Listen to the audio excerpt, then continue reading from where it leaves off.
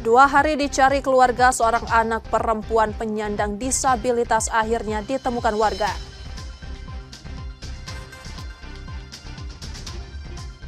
Pencurian kotak amal masjid di Palembang membawa seorang anak.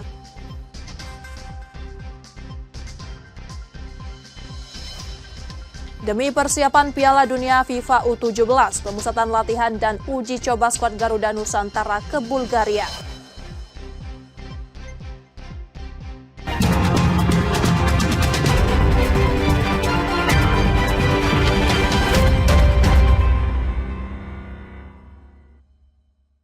Selamat pagi saudara, apa kabar Anda hari ini? Seperti biasa kami akan membuka hari Anda dengan sejumlah laporan menarik dari Sumatera Selatan dan daerah lain di Sumatera bagian selatan.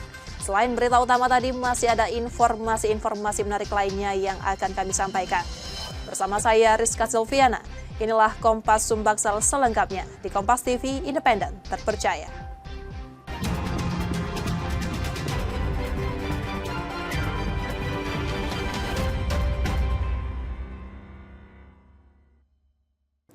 Di informasi pertama, saudara, 2 hari dicari keluarga. Seorang anak perempuan penyandang disabilitas akhirnya ditemukan warga di Palembang, Sumatera Selatan.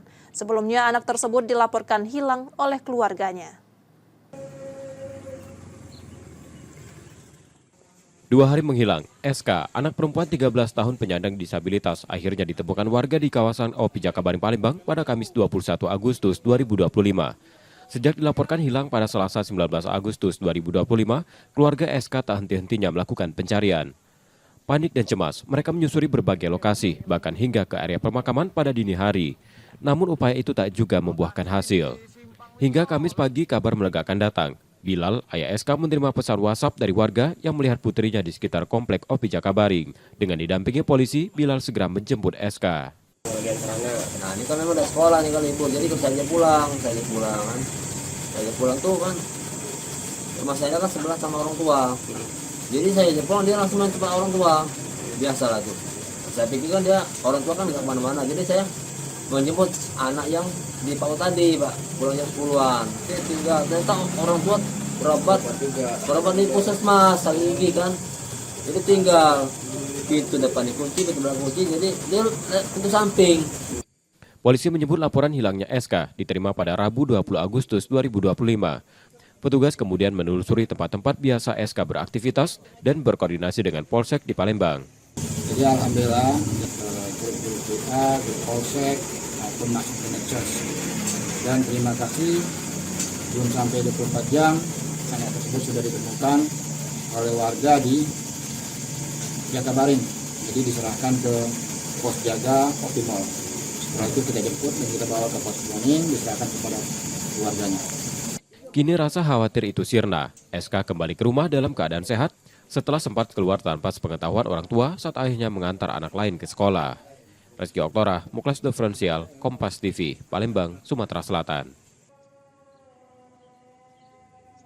Di informasi lainnya, saudara, rekaman aksi pencurian kotak amal di salah satu masjid Palembang di Sumatera Selatan viral di media sosial. Dalam video, pelaku yang membawa seorang anak tampak memasukkan 2 kotak amal ke dalam karung sebelum kabur menggunakan sepeda motor.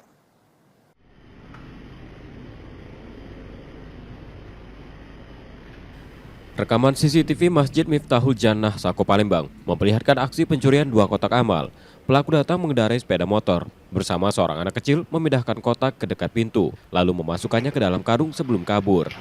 Aksi ini terjadi pada Selasa 19 Agustus 2025 malam dan baru diketahui saat jamaah hendak sholat subuh. Jadi datang lagi, Yola datang nih tadi itu, dia masuk dari sana, ambillah kotak amal. Jadi kotak amal yang di sebelah belakang, di belakang sekali itu, nah digesernya duluan ke arah samping itu sebelah kanan. Jadi ngambil kotak amal yang sebelah kiri juga, dimasukin dalam karung. Terus sama anaknya kecil, tidak kecil, masih mungkin di bawah 12 tahun mungkin. Anak. Berapa uang nggak? Yang masuk itu 2 uang. 2 uang. Iya, yang masuk 2 uang. Jadi Sama anaknya. Iya.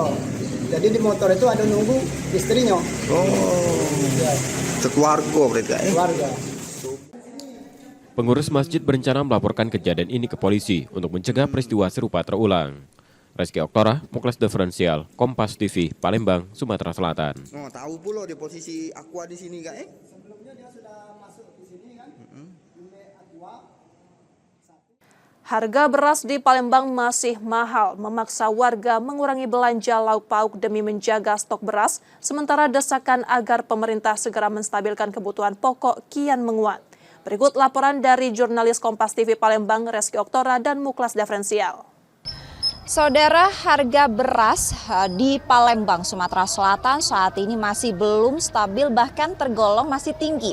Seperti di tempat saya melaporkan saat ini, yakni di Pasar Sekip Ujung, di mana harga beras medium saat ini masih menyentuh harga 13 hingga 14 ribu rupiah, sementara untuk beras premium masih menyentuh di harga 16 ribu rupiah per kilogramnya. Dan kita akan mendengar saudara tanggapan dari pedagang beras dan juga warga yang terdampak daripada kenaikan harga beras saat ini.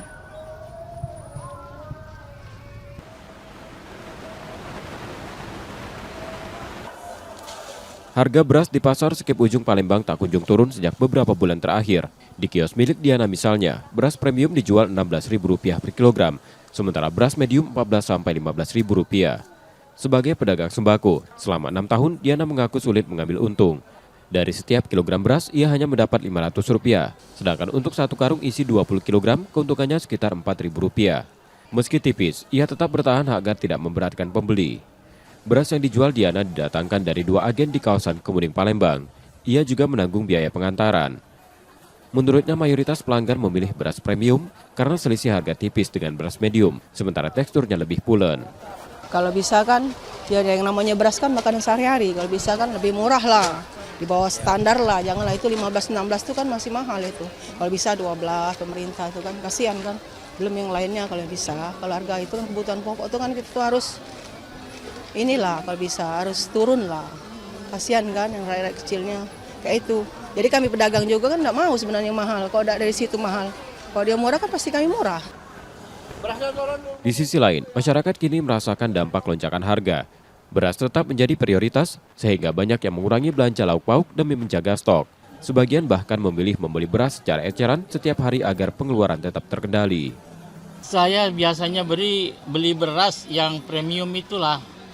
Kalau sudah macam beras medium itu kan SPHP sudah tinggi harganya, sudah 60 lebih. Kalau beras semacam merek lain harganya nggak beda jauh. Itu aku makanya oleh mahal itu aku belinya kiloan loh, bener nggak bohong aku. Kadang beli cuma 2 kilo kayak itu. Nah iya, beli kadang-kadang sekilo. Kemarin beli sekilo, ini mau beli lagi nanti 2 kilo kan, paling buat 3 hari kayak itu. Kalau bisa diturunin kayak itu, kan itu bahan pokok utama, ya kayak beras, kayak telur itu kan harganya tinggi terus kan. Kondisi ini membuat warga berharap pemerintah segera mengambil langkah nyata menekan harga kebutuhan pokok yang terus merangkak naik.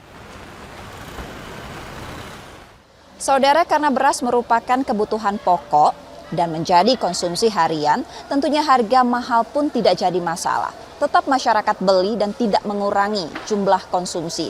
Namun dengan kenaikan harga beras ini tentunya masyarakat berharap adanya upaya stabilisasi harga dari pemerintah agar tidak memberatkan biaya hidup mereka di tengah kebutuhan pokok lain yang saat ini harganya masih tinggi. Reski Oktora, Muklas Diferensial, Kompas TV, Palembang, Sumatera Selatan.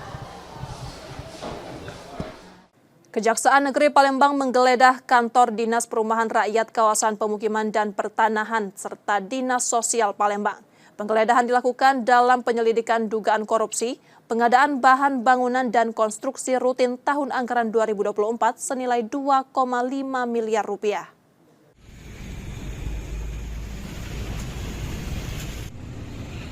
Tim Pidana Khusus Kejaksaan Negeri Palembang menggeledah kantor Dinas Perumahan Rakyat Kawasan Pemukiman dan Pertanahan Kota Palembang pada Selasa 19 Agustus 2025 sore. Satu persatu ruangan diperiksa sebelum tim berlanjut menyisir kantor Dinas Sosial Kota Palembang. Penggeledahan dilakukan untuk mengusut dugaan korupsi, pengadaan bahan bangunan dan konstruksi rutin tahun anggaran 2024 senilai 2,5 miliar rupiah di lingkungan Perkintan. Dari hasil pemeriksaan, penyidik menyita sejumlah dokumen, perangkat elektronik, dan barang bukti lainnya. Proses ini dalam rangka penyidikan, di mana tim Kejaksaan Negeri Palembang telah melakukan proses penyelidikan sebelumnya, telah diketemukan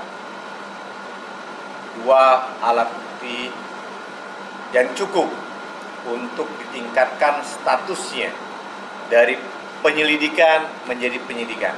Tidak ada diskriminasi atau tidak ada kriminalisasi dalam proses ini. Kita profesional yang selanjutnya melakukan pemeriksaan terhadap saksi-saksi, memeriksa alat-alat bukti yang telah kita ketemukan tadi. Baru nanti kami menetapkan tersangka pada proses penyidikan nantinya.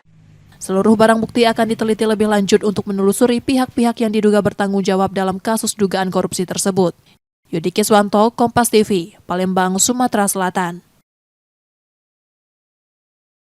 Saudara, seorang pria paruh baya di Palembang, Sumatera Selatan ditemukan tewas dengan 7 luka tusuk di tubuhnya. Korban ditusuk teman sendiri, sementara pelaku kabur usai kejadian dan kini masih dalam pengejaran polisi. Setelah 4 hari dirawat di Rumah Sakit Muhammadiyah Palembang, Junaidi akhirnya menghembuskan napas terakhir. Warga Jalan Maijen HM Riacudu, Lorong Kebudayaan 910 Ulu Seberang Ulu 1 ini meninggal dengan 7 luka di tubuhnya. Peristiwa tragis itu terjadi pada 17 Agustus 2025. Saat tengah berada di rumah, Junaidi dipanggil temannya untuk bertemu di sebuah lokasi tak jauh dari kediamannya. Ia justru diserang dengan senjata tajam hingga luka serius. Pelaku langsung melarikan diri sementara korban yang masih sempat sadar segera dibawa keluarga ke rumah sakit. Dia tuh dipanggil kawannya. Terus? Nah, dalam dari dipanggil itu ke belakang kan. Pas di belakang itu dia nunjuk. Kira-kira ada selisih paham tak atau masalah dengan kawannya? Nggak tahu. Lukanya bagaimana, Be? Di perut, di sini, di belakang. Banyaklah kaki. Polisi yang mendapat laporan turun ke lokasi untuk memeriksa saksi dan menggelar olah TKP. Hingga kini pelaku masih dalam pengejaran. Peristiwa penganiayaan. Sementara pihak korban membawa laporan di Polrestabes Palembang. Sementara kita dari Polsek juga melaksanakan olah TKP. Kembang lanjut akan silakan informasi ke Polres. Sementara jenazah Junaidi akan dimakamkan pada Kamis 21 Agustus 2025 sore. Yudi Kiswanto, Kompas TV, Palembang, Sumatera Selatan. Setelah jeda, saudara, kami masih akan kembali dengan informasi dan sorotan menarik lainnya. Tetaplah bersama kami di Kompas Sumbaksel.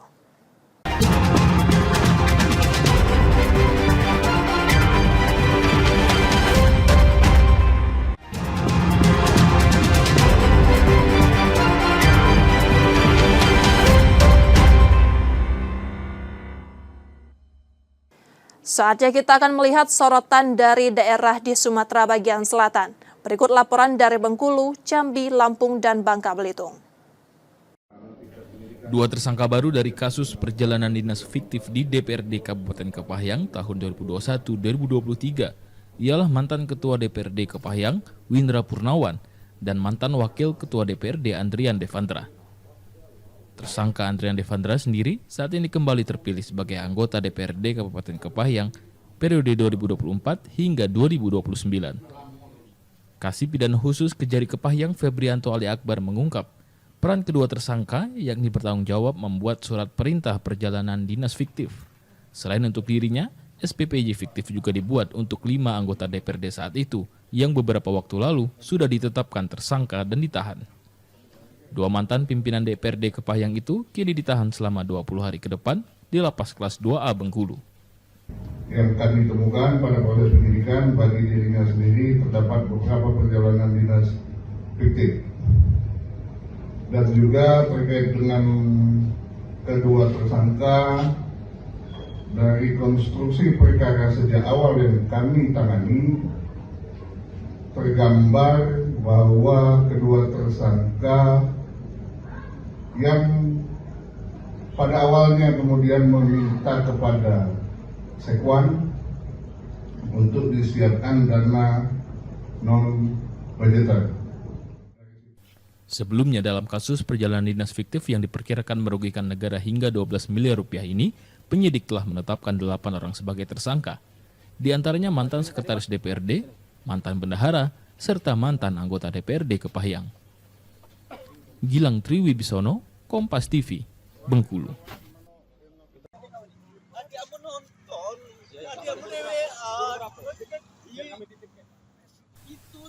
Pelaku ini menangis saat ditangkap dan akan dibawa ke kantor polisi. Ia berdalih tak melakukan tindak kejahatan. Penangkapan pelaku didasari atas laporan seorang mahasiswi yang jadi korban penganiayaan hingga alami luka berat di kepala. Kekerasan tersebut dilakukan karena masalah sepele. Pelaku emosi lantaran korban menolak memberikan BBM. Saat itu pelaku dalam pengaruh minuman keras. Polisi mengatakan pelaku merupakan residivis dengan kasus yang sama. Dari cekcok mulut dikarenakan korban dipintai oleh pelaku minyak motor. Namun korban menolak.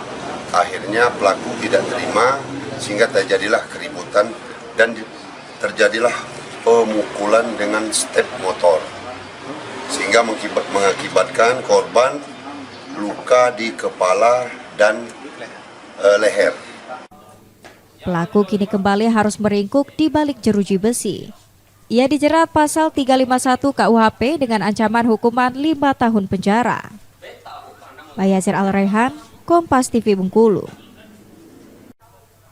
Setidaknya ada 4.417 tenaga honorer yang diusulkan menjadi P3K paruh waktu. Namun data honorer yang diusulkan itu terlebih dahulu akan divalidasi. Honorer yang diusulkan untuk diangkat menjadi P3K paruh waktu merupakan honorer yang masuk dalam kategori R2, R3, dan R4. Kebutuhan tersebut akan diusulkan paling lambat pada 20 Agustus mendatang. Meski Pemprov telah mengusulkan kebutuhan P3K sesuai dengan jumlah honorer, alokasi kuota P3K akan ditetapkan oleh Kemenpan RB. Kan database yang ada di kita di DKD ada 4.471 orang yang nanti akan kita usulkan. Tetapi hari ini kita masih lakukan validasi terkait dengan data-data dimaksud. Kekhawatiran kami mungkin ada di antara 4.471 ini yang mengundurkan diri atau minta berhenti atau hal-hal lain yang di luar dugaan kita. Sehingga nanti kami validasi untuk diusulkan. Kekhawatiran kita jangan sampai nanti kita usulkan ternyata orangnya tidak aktif lagi. Skema pengangkatan P3K paruh waktu dilakukan tanpa tes. Kemenpan RB akan menetapkan alokasi paling lambat pada 1 September dan penetapan P3K akan dilakukan paling lambat 30 September mendatang. Bayazir Al-Raihan, Kompas TV Bengkulu. Seorang kakek berusia 75 tahun, warga Desa Cupak, Kabupaten Kerinci, Jambi, menggugat Rumah Sakit Umum Daerah Kota Sungai Penuh Jambi dan pihak BPJS Kesehatan. Gugatan dilayangkan lantaran ditolak oleh pihak rumah sakit saat berobat pada 4 Juni 2025 lalu. Abu Khalifah dibawa oleh anaknya ke rumah sakit untuk mendapatkan perawatan medis, namun ditolak oleh pihak rumah sakit dengan alasan penyakit yang diderita kakek Abu Khalifah tidak masuk dalam kategori penanganan BPJS sehingga tidak dapat dilayani.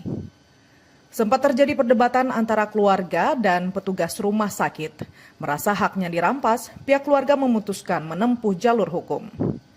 Gugatan resmi didaftarkan ke Pengadilan Negeri Jakarta Pusat pada 11 Juni 2025. Hingga kini pengadilan sudah 3 kali memanggil pihak BPJS dan pihak rumah sakit untuk hadir di persidangan. Namun pihak rumah sakit belum pernah memenuhi panggilan tersebut. Nanggut nih, kita kan pergi berobat di rumah sakit umum Ha'atalim. Kan nanggutnya ada pakai BPJS ini, habis itu ditolak dari pihak rumah sakit tuh. Habis bapak ini tidak bisa dirawat inap. Pak ini tidak ada kriteria. Kriteria BPJS tuh lah parah. Yang kedua tuh kecelakaan pun juga parah. Penolakan peserta BPJS ini menjadi sorotan publik karena dinilai bertentangan dengan azas keselamatan pasien. Hingga saat ini pihak RSUD belum memberikan pernyataan resmi terkait peristiwa tersebut. Tim Liputan Kompas TV Jambi. Objek wisata Danau Sipin, salah satu ikon wisata di kota Jambi yang berada di pusat kota Jambi. Kondisinya saat ini sangat memprihatinkan.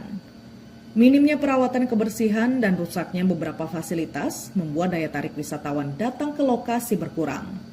Sebelumnya, objek wisata Danau Sipin Kota Jambi ramai dikunjungi warga, mulai dari Kota Jambi dan luar Provinsi Jambi. Namun sekarang kondisinya sangat sepi. Bahkan perahu wisata yang banyak digunakan untuk keliling danau sekarang lebih banyak parkiran dan sunyi. Selain itu, sampah plastik menumpuk di beberapa titik di danau. Bahkan rumput liar tumbuh tidak beraturan di area yang seharusnya menjadi jalur pejalan kaki. Wah, bagus sih, ada orang latihan perahu, ada bebek-bebekan. Di sini kayak seru juga ngeliat orang lomba perahu, main perahu, duduk-duduk, liatin air gitu kan. Kalau saran sih lebih dibersihkan lagi sih, karena masih banyak sampah-sampah yang berserakan di sini. Ada juga banyak perbaikan gitu Bang, dibaik-baikin kayak tempat-tempatnya. Beberapa fasilitas umum lainnya seperti kursi taman, lampu penerangan, dan dermaga terlihat rusak dan lapuk. Kondisi ini membuat pengunjung kurang nyaman. Menurut saya ini cukup bagus, tapi memang membutuhkan sedikit perhatian. Kayak mungkin di sini kalau kita sampai ke ujung sana itu ada beberapa yang memang perlu renovasi, perbaikan, atau mungkin kebersihannya harus diperhatikan lagi. Atau mungkin di sini kurang banyak aktivitas yang kurang lengkap gitu. Misalkan di situ nanti ada panjat tebing gitu kan, mungkin kayak kurang dieksplor lagi untuk mahasiswa lain, mungkin lebih sering datang. Sama di sini mungkin warung-warungnya kurang sampai ke depan, mungkin untuk lebih memancing wisatawan yang lain. Menurut warga sekitar, penurunan jumlah wisatawan mulai terasa sejak beberapa bulan terakhir. Belum ada upaya signifikan dari pihak terkait untuk menghidupkan kembali potensi wisata ini. Padahal Danau Sipin berpotensi menjadi destinasi unggulan di Jambi jika dikelola dengan baik. Kayaknya pengunjung mulai sepi semenjak anak sekolah masuk belajar ini. Sebelumnya ya alhamdulillah ya lumayan kalau bebek ini, kalau untuk bebek kan mungkin 5 juta per minggu dapat. Sekarang setelah anak sekolah masuk itu mencari 2 juta aja susah. Kepada pihak terkait dari pemerintah ya kalau bisa wisata ini dikembangkan lagi. Harapan kami warga sini ya kalau bisa itulah kali danau ini dibikin lebih bagus lagi seperti yang tempat-tempat lain gitu. Perawatan yang baik dan fasilitas yang memadai menjadi kunci agar Danau Sipin kembali menjadi tujuan wisata kebanggaan Kota Jambi. Masyarakat pun berharap pemerintah segera mengambil langkah nyata untuk menghidupkan kembali destinasi ini. Adi Maulana, Kompas TV Jambi.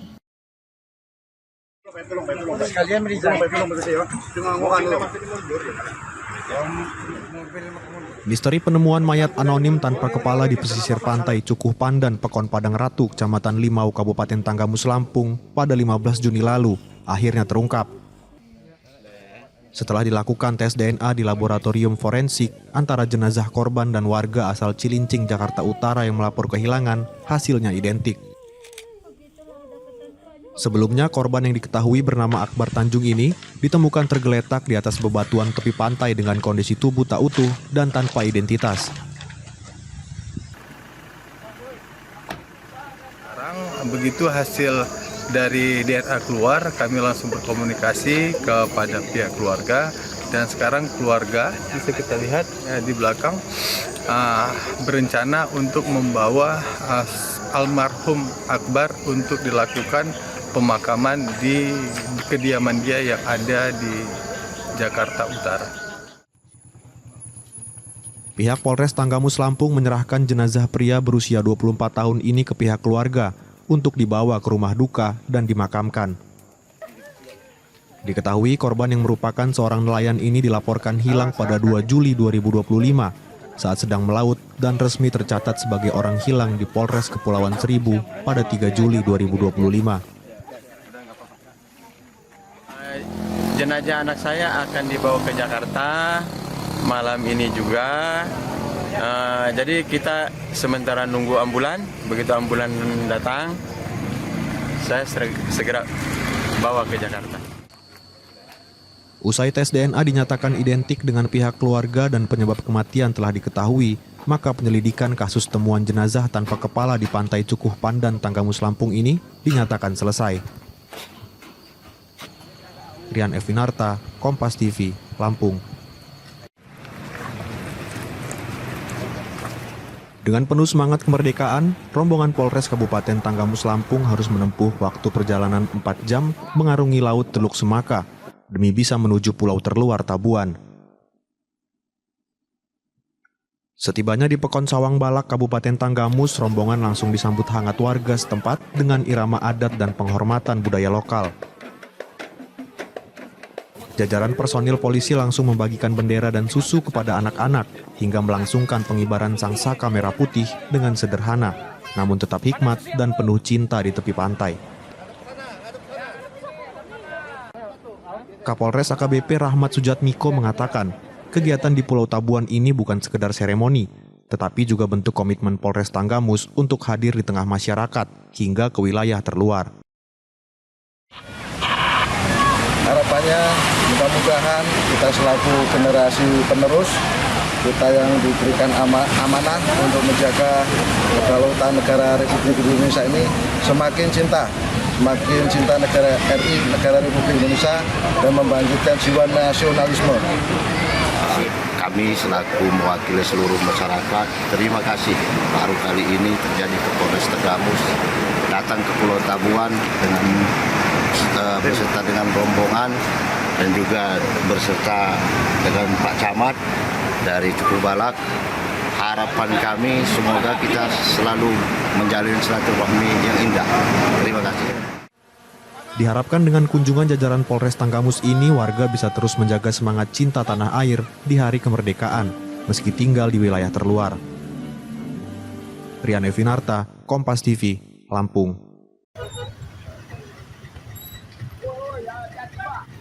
Seorang terduga pelaku pembunuhan pimpinan redaksi sebuah portal media di Pangkal Pinang ditangkap oleh petugas.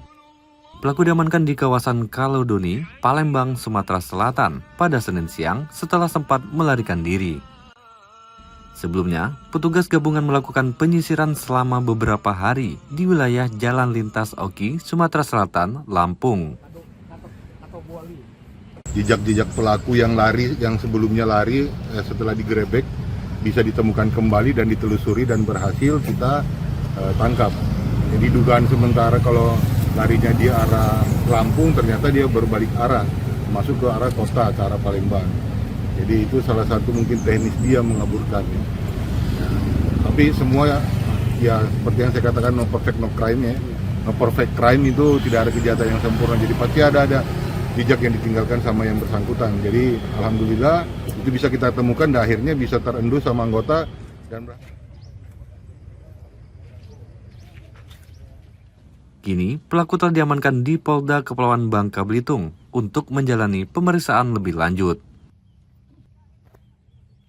Nanda Ardiansah, Kompas TV, Pangkal Pinang, Kepulauan Bangka Belitung.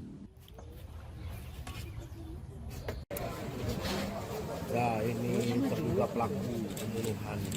Setelah buron selama beberapa hari, Hasan Basri, otak dari pembunuhan pimpinan redaksi portal media di Pangkal Pinang, akhirnya diringkus di wilayah Kalodoni, Sumatera Selatan. Pelaku mengaku kecanduan judi online, hingga akhirnya melakukan aksi kejinya terhadap korban, guna merampas mobil korban untuk dijual, sekaligus sebagai sarana melarikan diri. Kami akan persilakan rekan-rekan dan media. Candu judi online berpikir bagaimana cara mendapatkan uang secara cepat. Sasarannya adalah mobil korban. Kenapa itu bisa kita rangkai seperti itu? Pelaku berhasil menghubungi orang untuk menjual mobil tersebut dan sudah di DP sekitar 1.300.000. Jadi sudah ada transaksi awal. Mobil ini sudah di DP sama pihak pembeli. Nah, walaupun belum sampai ke tangan si pembeli, dari cerita ini kita simpulkan bahwa ini motif ekonomi adalah untuk memiliki harta korban untuk bermain judi online.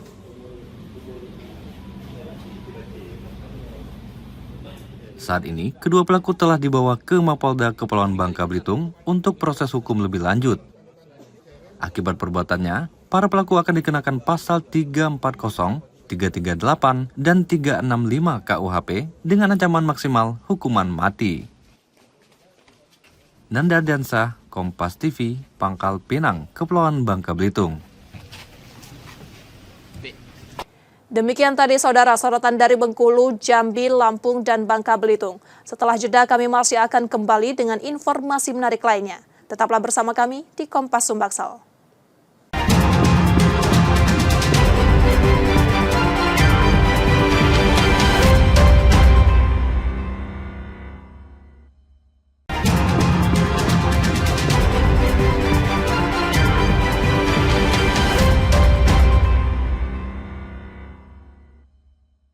Anda masih menyaksikan Kompas Sumbaksel, saudara.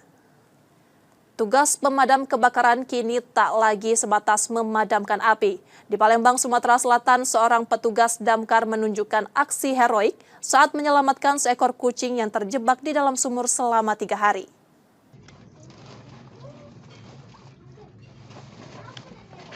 Dengan penuh kehati-hatian, Valentino Rossi, petugas damkar Palembang, mengevakuasi seekor kucing yang terjebak di dalam sumur di Jalan Sabta Marga, Bukit Sangkal, Kalidoni. Proses penyelamatan berlangsung dramatis karena kedalaman sumur dan keterbatasan alat membuat petugas cukup kesulitan untuk turun. Setelah berjuang sekitar 30 menit, kucing yang terjebak selama 3 hari itu akhirnya berhasil diangkat. Diduga hewan malang tersebut jatuh saat mengejar seekor burung. Dalam kondisi lemas, kucing kemudian dibawa ke dokter hewan untuk mendapatkan perawatan. Evakuasinya lumayan, untuk ke lokasi itu lumayan susah karena lokasinya itu dalam sumur. Untuk masuk ke situ kuno ke tanggo yang panjang sekitar 8 meteran. Awalnya kucing itu bisa jatuh dalam sumur itu seperti apa, Kak? Mungkin kucing ini ngejar burung di atas genteng. Terus bisa masuk ke situ. Lamanya kucing itu sudah 2 harian. Sudah di dalam sumur. Rasa cemas pemilik pun berganti haru ketika melihat peliharaannya kembali selamat dan bisa dibawa pulang. Reski Oktora, Muklas Differential, Kompas TV, Palembang, Sumatera Selatan. Hingga 2025, Palembang masih kekurangan truk pengangkut sampah. Saat ini Dinas Lingkungan Hidup Kota Palembang hanya memiliki 170 unit truk untuk melayani seluruh wilayah kota.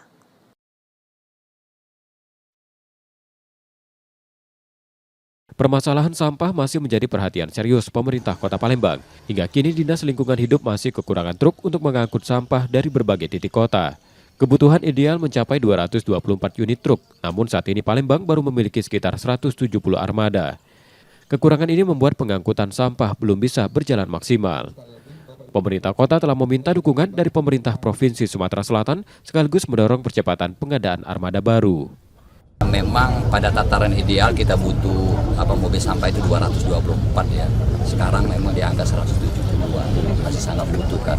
Maka kita kemarin minta bantuan dengan pemerintah provinsi, termasuk Pak Sekda juga sudah menganggarkan selaku ketua DPD-nya untuk mendorong percepatan armada pengangkutan sampah. Saya kira begitu pelan-pelan memang karena ini kita tetap memperhatikan kondisi keuangan daerah kita. Saya kira begitu. Dari data Dinas Lingkungan Hidup mencatat, setiap hari Palembang menghasilkan sekitar 1.240 ton sampah. Nur Muhammad, Kompas TV, Palembang, Sumatera Selatan. Layang-layang selalu punya cara menghadirkan kenangan masa kecil yang tak pernah usang. Di Palembang, Sumatera Selatan ada sebuah kampung kreatif bernama Kayangan, tempat para perajin menjaga tradisi membuat layangan sejak 1970. Di Palembang, Sumatera Selatan, ada sebuah perkampungan yang akrab disebut Kampung Layangan. Berada di Jalan Wahid Hasyim, Lorong Sepupu, 34 Ulu, Seberang Ulu 1. Hampir seluruh warganya menekuni profesi sebagai perajin layang-layang. Setiap hari, selepas menyelesaikan pekerjaan rumah, ibu-ibu di kampung ini sibuk meraut bambu di depan rumah. Bambu-bambu itulah yang menjadi tulang utama layang-layang. Sebagian besar perajin adalah ibu rumah tangga yang menjadikannya sumber penghasilan tambahan. Dengan cara tradisional, mereka bisa menyelesaikan 100 hingga 150 layangan setiap hari. Oh, ini lagi kewalahan deh, ini lagi musim pesanan nih. Lagi kewalahan ini kalau tang ini. lagi musim. Bisa berapa lah Bu? Kapalan enggak ya? Sehari kalau dapatlah 300-an. Ini banyak pesanannya, cuman tak terkejar di rautannya, merekonya. Tradisi membuat layangan di kampung ini telah diwariskan turun-temurun sejak tahun 1970-an. Nazarudin, salah satu perajin, sudah belajar sejak duduk di bangku sekolah dasar. Kini, ia mampu memproduksi hingga 200 layangan sehari, mulai dari membuat kerangka hingga memberi motif. Kehadiran media sosial pun memudahkannya mencari pelanggan dari berbagai daerah. Turun-temurun, dari orang tua. Itu udah termasuk ke generasi berapa nih Pak? Kalau aku anak pertama, tapi adik-adik aku baca lah loh jadinya. Tadi kan sepelembang nila terkenal, nomor HP aku sudah disimpan. Jadi mereka paling WA tak ada layang tak tanya kan, salah sudah. Datang dia kan. Tim berapa paling banyak Pak? 200 aku sehari. Saat ini tercatat ada 37 perajin dari 77 kepala keluarga yang mendiami kampung yang dikenal juga sebagai Kampung Kreatif Kayangan. Beragam motif termasuk motif khas daerah terus dikembangkan.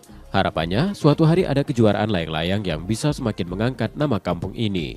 Kita angkat tema ikon Kota Palembang seperti Jembatan Ampera, patung Belido, dan semoga Kota Palembang ada memang ada tempat khusus, memang apakah ada setiap tahunnya, memang diadakan lomba khusus di para peserta anak-anak muda kan. Dengan harga Rp1.000 hingga Rp1.500 per buah, layangan dari Kayangan sudah terbang jauh dari Muara Enim, Batam hingga Solo. Menariknya, layangan yang dibuat perajin kini tidak lagi menggunakan benang, melainkan lem khusus berbahan sagu. Muhammad Reza Pahlevi, Kompas TV, Palembang, Sumatera Selatan. Saudara, pemerintah Kota Palembang tengah mengkaji rencana penghapusan pajak bumi dan bangunan untuk wajib pajak dengan nilai di bawah Rp500.000. Kebijakan ini akan diterapkan setelah kajian dinyatakan sesuai regulasi.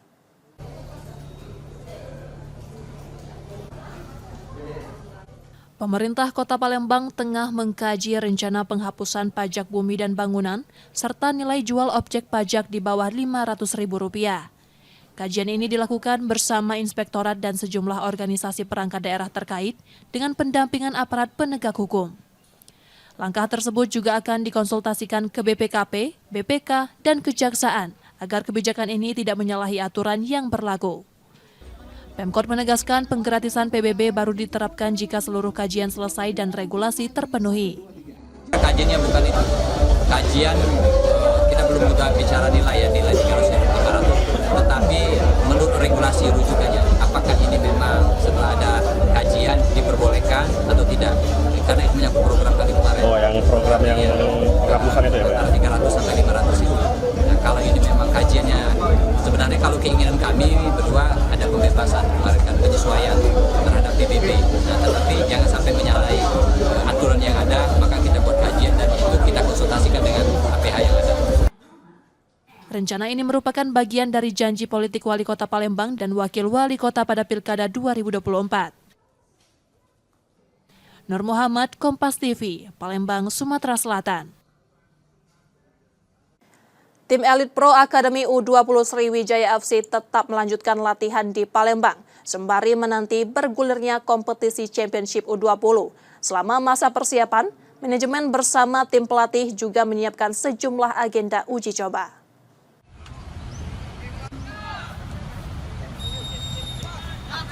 Sambil menanti bergulirnya Championship U20 pada November mendatang, manajemen Sriwijaya FC memastikan tim elit Pro Akademi U20 tetap menjalani latihan rutin di Palembang.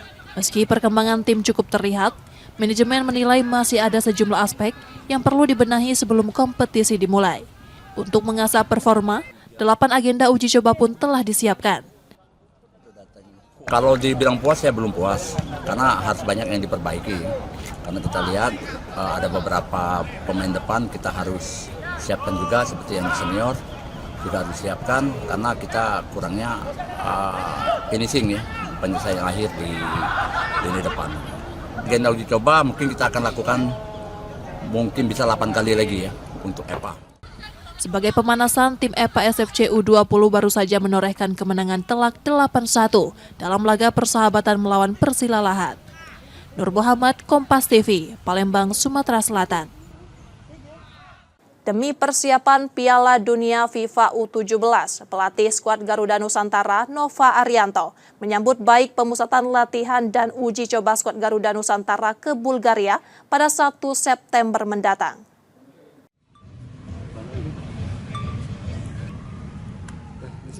Usai Piala Kemerdekaan 2025, skuad Timnas U17 kini tengah beristirahat untuk mengembalikan fisik menjelang pemusatan latihan nasional dan uji coba di Bulgaria pada 1 hingga 14 September. Pemusatan latihan yang dilakoni di luar negeri untuk memudahkan tim kepelatihan di sistem promosi dan degradasi menuju Piala Dunia FIFA U17 di Qatar November nanti. Di negeri Kuntum Mawar, Matthew Baker dan kolega rencananya akan menjalani 3 partai uji coba. Nova Arianto bilang 25 pemain akan diboyong selama 2 minggu sebelum menentukan 21 pemain terbaik.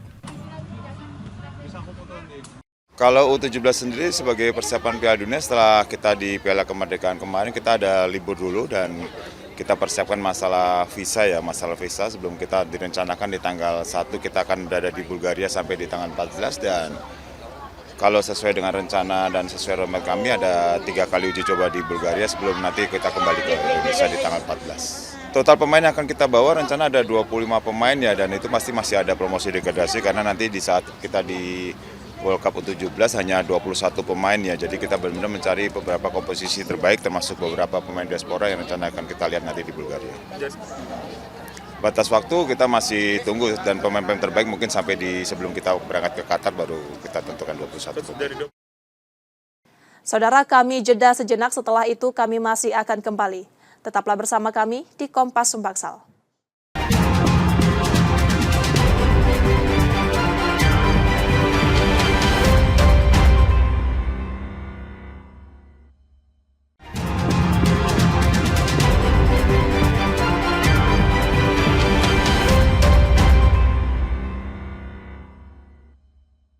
Terima kasih saudara, Anda masih menyaksikan Kompas Sumbaksal. Jika Anda tidak sempat menyaksikan sorotan utama kami, berikut laporan utama Kompas Sumbaksal hari ini.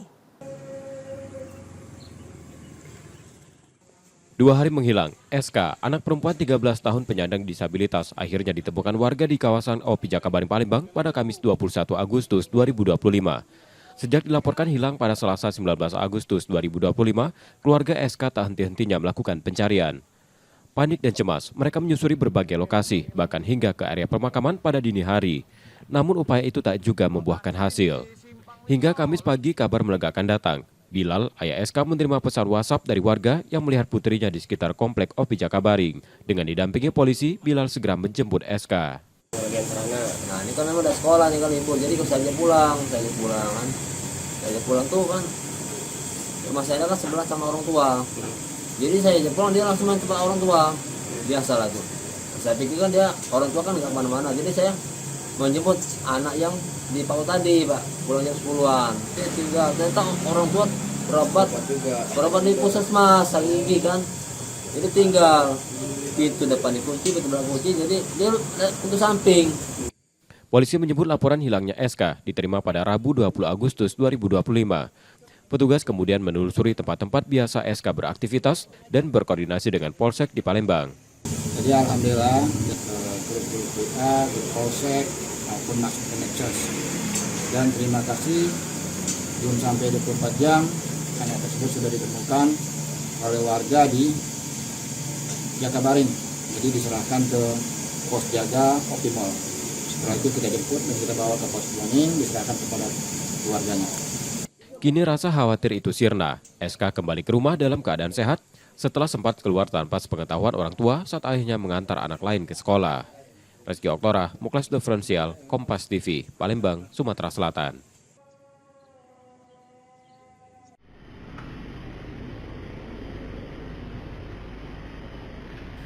Rekaman CCTV Masjid Miftahul Jannah, Sako, Palembang memperlihatkan aksi pencurian 2 kotak amal. Pelaku datang mengendarai sepeda motor bersama seorang anak kecil memindahkan kotak ke dekat pintu, lalu memasukkannya ke dalam karung sebelum kabur. Aksi ini terjadi pada Selasa 19 Agustus 2025 malam dan baru diketahui saat jamaah hendak sholat subuh. Jadi datang lagi, datang nih tadi itu, dia masuk dari Alsano. ambillah kotak amal. Jadi kotak amal yang di sebelah belakang, di belakang sekali itu, nah digesernya duluan ke arah samping itu sebelah kanan. Setelah itu ngambil kotak amal yang sebelah kiri juga, dimasukin dalam karung. Terus sama anaknya kecil, umur udah kira-kira masih mungkin di bawah 12 tahun mungkin. Lanang anaknya. Berapa uang nggak? Yang masuk itu 2 uang. 2 uang. Ya, yang masuk 2 uang. Pelaku Jadi sama anaknya. Iya. Jadi di motor itu ada nunggu istrinya. Ya. Sekeluarga berarti ya? Keluarga. Pengurus masjid berencana melaporkan kejadian ini ke polisi untuk mencegah peristiwa serupa terulang. Reski Oktora, Muklas Diferensial, Kompas TV, Palembang, Sumatera Selatan. Oh, tahu pula di posisi Aqua di sini kak? Sebelumnya dia sudah masuk di sini kan? Aqua.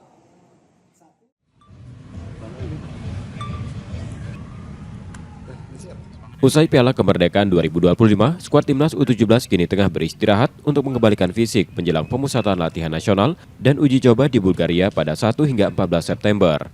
Pemusatan latihan yang dilakoni di luar negeri untuk memudahkan tim kepelatihan di sistem promosi dan degradasi menuju Piala Dunia FIFA U17 di Qatar November nanti. Di negeri Kuntum Mawar, Matthew Baker dan kolega rencananya akan menjalani 3 partai uji coba. Nova Arianto bilang 25 pemain akan diboyong selama 2 minggu sebelum menentukan 21 pemain terbaik.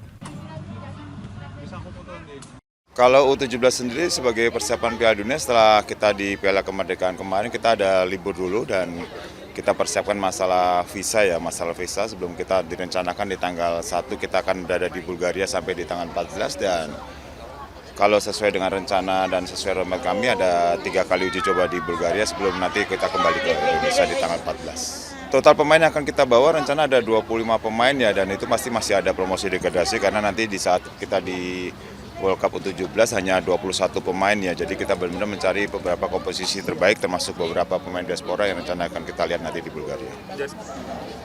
Batas waktu kita masih tunggu dan pemain-pemain terbaik mungkin sampai di sebelum kita berangkat ke Qatar baru kita tentukan 21. Informasi tadi saudara menjadi akhir dari Kompas Sumbaksel hari ini. Tetap saksikan konten lokal di Kompas TV setiap hari mulai pukul 4.30 hingga 7 pagi. Saudara, media adalah pilar yang menjaga keseimbangan informasi. Dengan menonton Kompas TV Palembang, Anda membantu memastikan media terus ada, menyajikan berita yang dapat dipercaya. Kembali kami mengingatkan bagi Anda yang ingin berbagi informasi atau kritik dan saran, dapat mengakses media sosial kami di @kompas.tv Palembang. Akhirnya saya Rizka Selviana pamit, tetaplah menyaksikan Kompas TV, independen terpercaya.